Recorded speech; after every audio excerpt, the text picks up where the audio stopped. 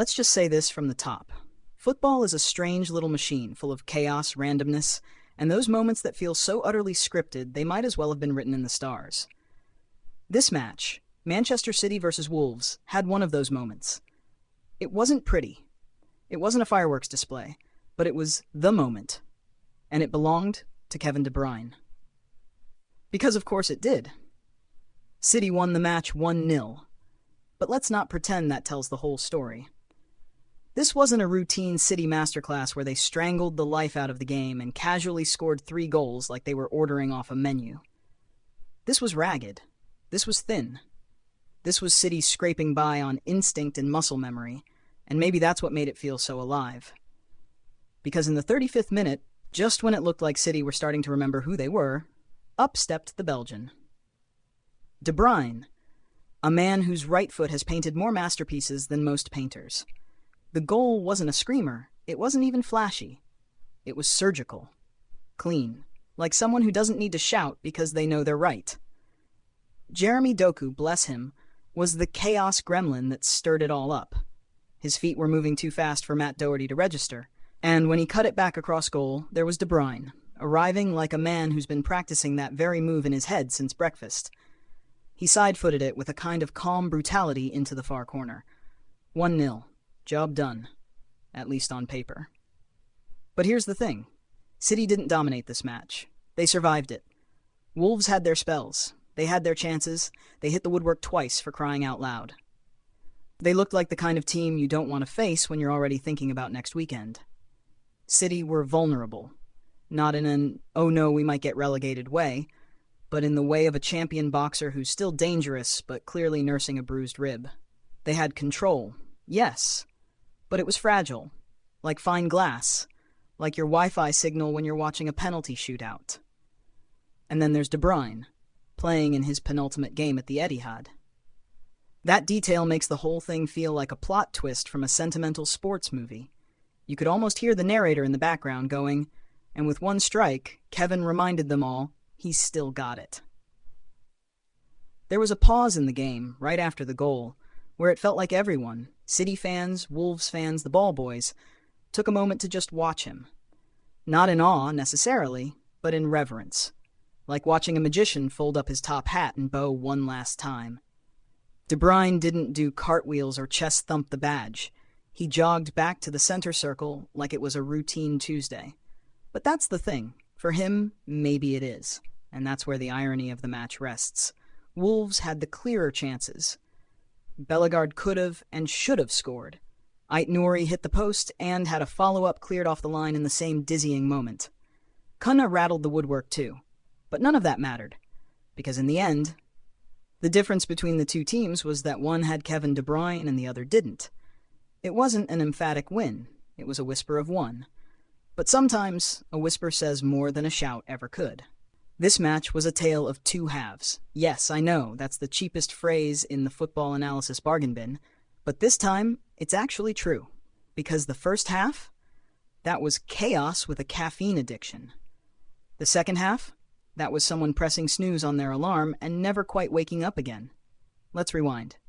First half, right out of the gate, you got this weird sense that Manchester City weren't fully plugged in. Like someone had flicked the light switch, but the bulb was still warming up. Wolves didn't care. They came to the Etihad with this breezy confidence, the kind that makes you wonder if they even remembered they were the away team.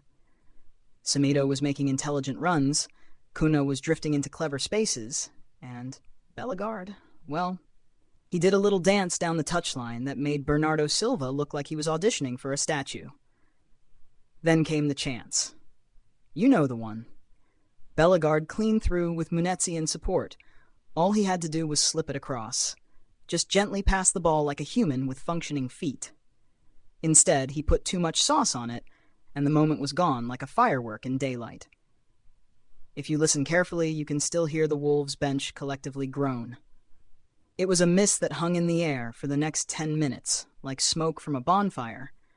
And just when City fans started fidgeting in their seats and muttering, "We're not really doing this again, are we?" along came De Bruyne. But before the goal, before that low, precise finish that said, "I've done this 1,000 times before breakfast," City were floundering. They were misfiring passes like they were allergic to cohesion. Núñez looked like he was playing underwater. Even Gundogan, who usually floats through midfield like a philosopher in boots, was barely noticeable. But football has a way of rewarding the team that doesn't blink. Doku and De Bruyne, those were the ones who refused to blink. Doku, in particular, looked like someone had told him the only way to stay on the pitch was to run faster than everyone else. He wasn't just beating defenders, he was tormenting them. And then, bam. Goal. Out of nothing. Like a magician pulling a coin from your ear just when you thought you were safe. That one moment flipped the script. Suddenly, City remembered they were Manchester City. They started pressing with venom. Wolves, they started wobbling like a shopping cart with one bad wheel. The half ended with City in control, and the crowd exhaling like they'd just passed a stress test. And then, the second half. The second half was football's version of forgetting your lines in a school play. It was hesitant, shaky. There were flashes of action, sure. Cunha rattled the post with a howitzer from range, and Ait-Nouri continued to treat the left wing like his own personal catwalk, but the urgency had evaporated. City, holding their lead like it was made of glass, sat deeper. Wolves huffed and puffed, but their attacks felt like stalling tactics, in a game they didn't quite believe they could win. City made a flurry of substitutions that said more about time wasting than tactical intent. Wolves did the same, chasing shadows and throwing on attackers like darts at a board. But nothing stuck. The match cooled, then chilled, then froze. By the 75th minute, the only drama was whether someone's calf might cramp. And still, under the Etihad lights, one constant remained. De Bruyne, watching, guiding, like a chess master in a room full of checkers. That was the game. A noisy first half with chances flung in every direction. A quiet second half that fizzled like flat soda. But the result? Cold, clinical, 1-0. And sometimes that's all it takes. So let's talk about the teams, not the lineups, not the heat maps. Let's talk about the personalities of these two groups of footballers, pretending not to feel pressure, pretending not to age, pretending not to remember they're being watched by millions of people who think they could do it better from their couch. Manchester City are the footballing equivalent of a luxury watch. Elegant, engineered to perfection, and somehow both timeless and completely soulless depending on your mood. But today they were more like a half-wound Rolex. Still expensive, still ticking, but definitely not purring the way Guardiola likes. Look, you know what City are supposed to look like. Crisp triangles of passing. Possession so suffocating it makes the other team forget how to breathe. Fullbacks who aren't fullbacks. Midfielders who shapeshift. But this match, this was not that City. This was a City in limbo, caught somewhere between muscle memory and seasonal fatigue.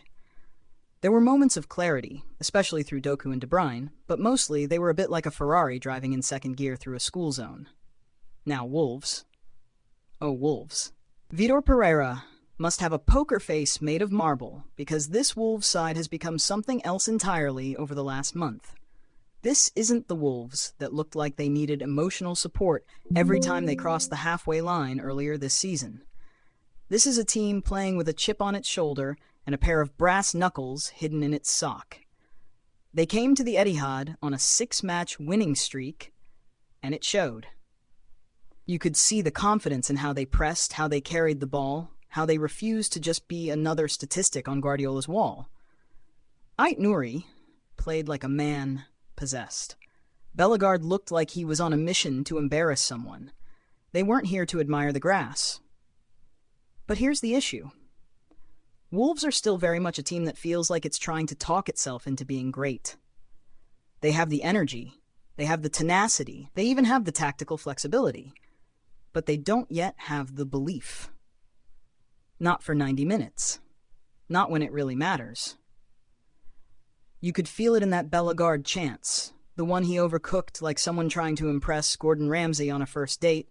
You could feel it when Cunha hit the post, shook his head, and didn't scream, like a part of him already knew. Contrast that with City, who didn't even need to be good to win. Their expected goals was laughably low by their standards, 0.65, barely a hiccup. Wolves weren't much better at 0.44, but the story wasn't the data. It was the fact that City, in third gear, still had just enough steel to keep a clean sheet, to score a goal, to walk away with 3 points like they were returning a library book. No fines, no drama, just business. Wolves are a team still learning to navigate the big moments. City are a team that has built a summer home inside those moments and charges rent. And the managers? Guardiola barely blinked. He didn't need to. His team was doing just enough, and frankly, they've been doing this long enough to know what just enough looks like. Pereira, on the other hand, looked like a man trying to win a chess match with 2 pawns and a screaming toddler. He made the right calls. He brought on attacking subs, he tried to tilt the field, but by then, the damage was done. In the end, this match wasn't just about 2 teams. It was about 2 mentalities. One that knows what it takes to close out a season, and another that's still dreaming about what it means to be taken seriously. Wolves are on the rise. City are tired kings still sitting on the throne. And sometimes, that's the real gap. Let's pull the curtain back and look at the cast. Because beneath every team's system and shape, there's always the raw, messy, beautiful chaos of individual performance. That's where the truth lives, not in the pass maps, but in the way a player moves after making a mistake, or how they demand the ball when they've got no right to. Start with the man of the hour, the man who might be on his farewell tour, but refuses to leave quietly. Kevin De Bruyne. If you're watching him now, and you don't feel something, nostalgia, admiration, existential dread, then you're watching the wrong sport. He scored the goal, yes, but more than that, he anchored a City team that otherwise looked like it had forgotten its lines. He glided through midfield like a seasoned actor hitting his mark, delivering a performance not for the show reel, but for the connoisseurs. De Bruyne is football's answer to jazz. He does things you didn't expect, but once you see them, you realize they were the only option. His timing on that goal wasn't instinct. It was calculation. Geometry, vision, composure, all packed into one compact strike. And when he came off in the 84th minute, the Etihad applauded like they were saying goodbye to an old friend who never let them down. Just one more match left for him at this ground. If you didn't feel that, maybe check your pulse. Next to him, you had Jeremy Doku. Doku played like a firecracker in a dark room, chaotic, dangerous, and the only real source of light for stretches of the match. Every time he picked up the ball, he dragged defenders into existential crises. Doherty will be having stress dreams for weeks.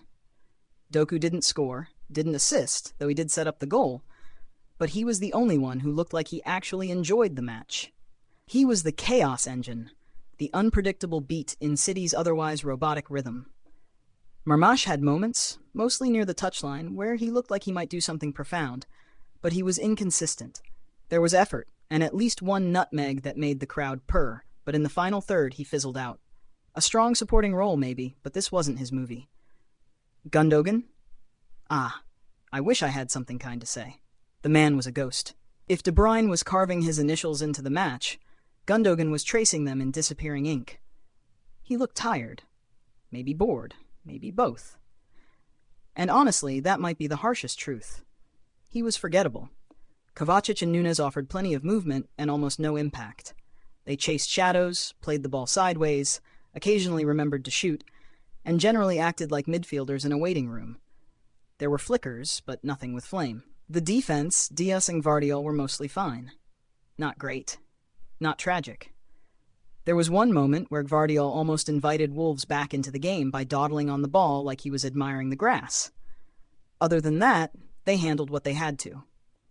Wolves didn't exactly press the issue, and when they did, the post got in the way. Ederson was barely present. He had very little to do, which for him probably felt like being at a dinner party with no one to talk to. You could have replaced him with a mannequin after the 65th minute, and nobody would have noticed. On the other side, Wolves. Let's talk about Bellegarde. He was the tragedy and the spark in one untidy package.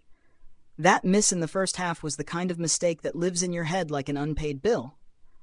But aside from that, he was Wolves' most creative outlet, which is equal parts inspiring and depressing. He should have changed the game. Instead, he haunted it. Ait-Nouri, meanwhile, was phenomenal.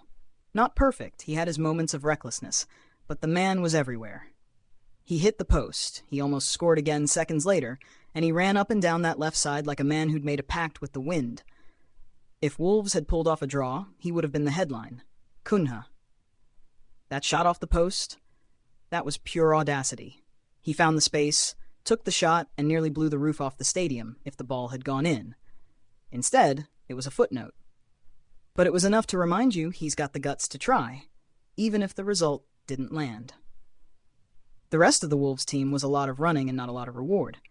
Andre misplaced a key pass late on that felt like the final nail. João Gomes did what João Gomes does: tackles, recoveries, more tackles, a stray pass or two. It was solid, gritty stuff, but not enough to change the script. So there you have it. This match was stitched together by individuals, some who tried to elevate it, others who quietly let it slip by. And in the end, it came down to De Bruyne. Again. Because when the game gets thin and the legs get tired and everyone's just trying to breathe, he's the one still writing poetry. This has been Across the Pitch. Over and out.